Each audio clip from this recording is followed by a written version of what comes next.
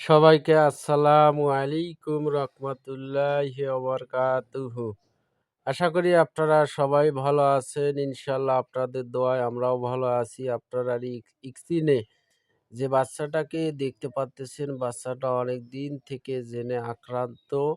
যার ক্ষেত্রে জেনে আক্রান্ত হওয়ার কারণে বাচ্চাটি ঠিকভাবে খাচ্ছে না, বাড়িতে থাকতেছে না। টু, টু, টু, টু করে ঘুরে বেড়াচ্ছে। বাচ্চার লেখাপড়া একদম হচ্ছে না। তারা সংবাদ পেয়ে আমাদের কাছে যখন খবর করে, আমরা তাদের বাড়িতে চলে যাই, যে বাচ্চার উপরে ভর করার জন্য চেষ্টা করি। বাচ্চা একটু ঝাঁকি দিয়ে নিস্তব্ধ হয়ে আসে। সবাই আপনারা বাচ্চাটার জন্য বেশি বেশি করে দোয়া করবেন। আল্লাহ পাক যেন বাচ্চাটাকে সুস্থর দিকে নিয়ে আসে।